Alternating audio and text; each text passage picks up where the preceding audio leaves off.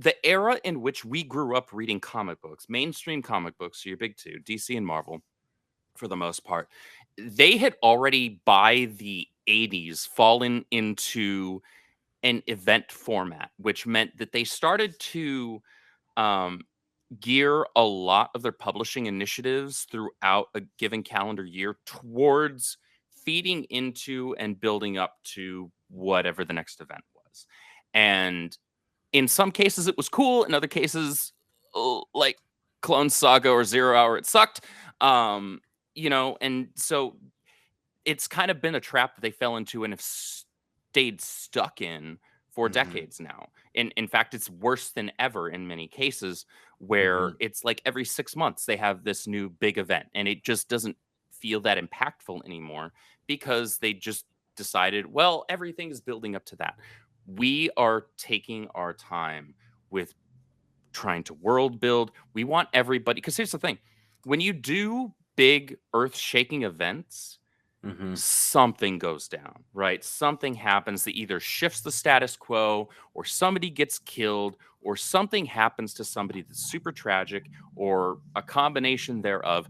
And in order for that to actually be impactful, you have to first endear those characters and this world, this setting to your audience. And so that's something that we're laying the groundwork right now still. Like Mhm. we're Mhm. we're only 2.5 years in, guys. Like we've only it yes, compared to a lot of other indies, um, we've put out a ton of books in a very short period of time. It's going to be a while before we have some big crossover event. Yes, there absolutely will be one and more down the road, but it's going to take a minute. So just be I would encourage people to not worry about crossover events just yet. And I know that's difficult, especially those of us, like I said, that have been comic book fans for years. So we're already kind of like ingratiated and conditioned to this kind of event format that a lot of publishers do. But Mhm. we're trying to be very careful.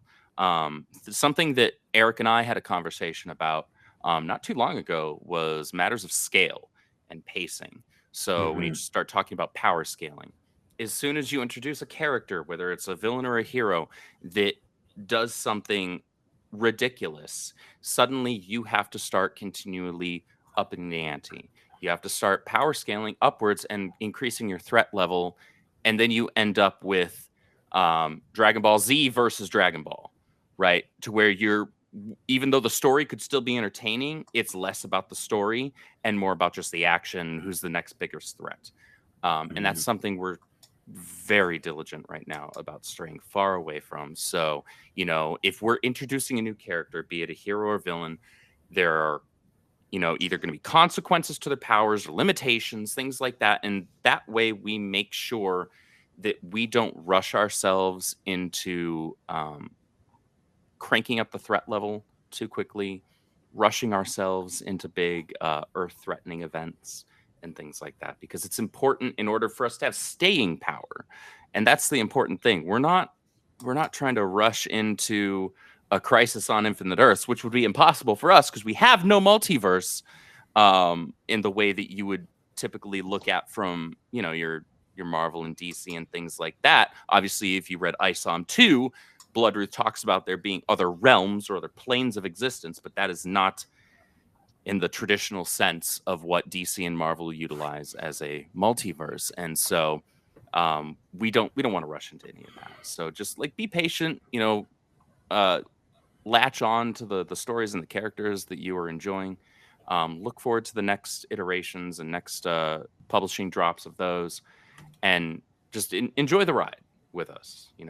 We will get to an event at some point down the road. The first, I guess, event, though it doesn't land like you would say a Crisis on Infinite Earths, Great War of Separation. You can look at that, even though it's okay. So it's pitched as a limited series, and that is accurate. However, you could also look at it through the lens of it being the event that really sets up the Rippaverse.